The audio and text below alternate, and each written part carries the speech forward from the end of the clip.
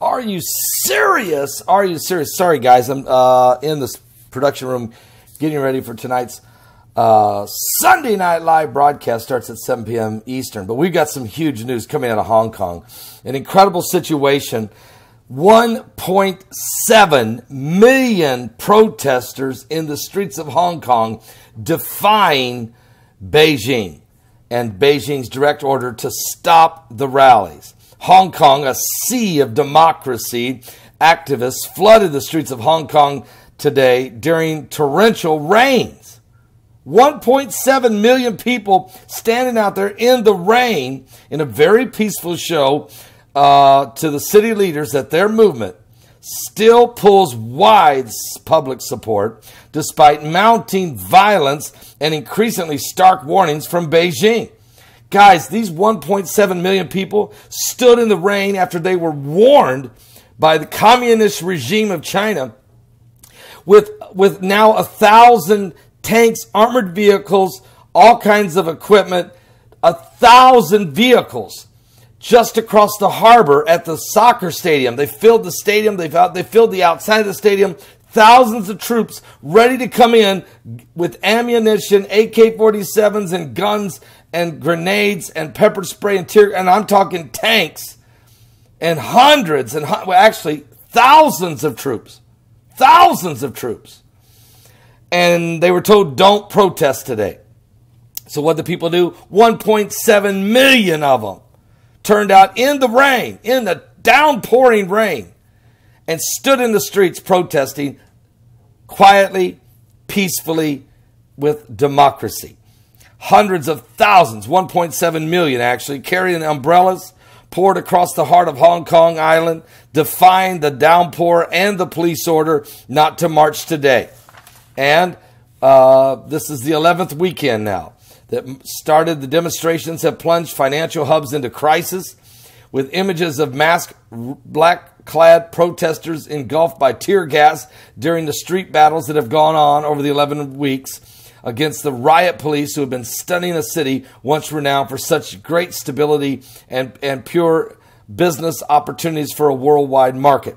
Sunday's action shows that this peaceful origins of this leaderless protest movement drew 1.7 million people, making it the largest rally ever after 11 weeks. It's not dying. It's thriving. After getting their heads beat in, after getting drug off, after a lot of them missing, hundreds of them missing. We don't know where they went.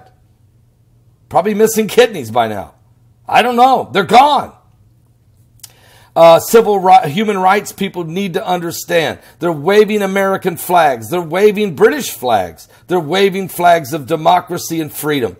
And it ended the weekend of protests for the first time in weeks where there was no major, because the police did not confront them. The police left them alone. But what will they do tomorrow? It's been a long day. We're very tired. But to see so many people out in the rain marching for Hong Kong gives strength to everyone, said Danny Tam, a 28-year-old graphic designer. Police said only 128,000 were there. I seen the pictures, guys. I mean, it looked like the whole city of Hong Kong was there. Okay, this unprecedented political crisis is now sparked by opposition to plan to allow extraditions to the Chinese mainland. But protests have since morphed into a wider call now. They want democratic rights. They want the mayor gone. They don't want to be semi-autonomous. They want to be autonomous now. They really are wanting Britain or the United States to annex them. I think the United States should consider it. I really believe the United States should consider annexing Hong Kong. I think we should do is go in there and hold a vote. Let the people vote. We could monitor it. We could make it happen. And let the people decide which way they want to go. You want to be under Hong Kong? You want to be autonomous, independent? Do you want to be under communist Russia? Or would you like to be annexed by the United States or given back to Britain since China has broken the deal? They've broke the deal. They did not keep their end of the deal. I'm big about that, to be honest with you. When I shake someone's hand, when I make a deal with somebody, I always keep my end of the deal. And I expect the other side to do the same. And if they can't, I expect them to come to me and tell me why they can't and see if there's a way to make something happen. But in this situation, that ain't what we got. We got the Chinese trying to run roughshod after 20 years, after 22 years, overtop the will of the people. And the will of the people is strong. But will China go in there and create a bloodbath? Will the blood run ankle deep? Are we living in the last days? I want you to pray. And there's 80,000 Americans that live there, by the way. 80,000 Americans and 1,000 American cities. 1,000 American companies there. Wow.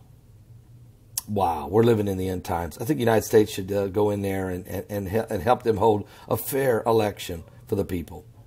True democracy, since Beijing don't understand what it is.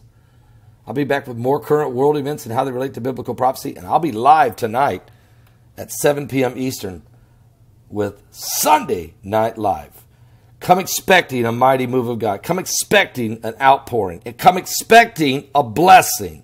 Because God told me he wants to bless his people tonight. He wants to bless you tonight. Wow! I'm excited.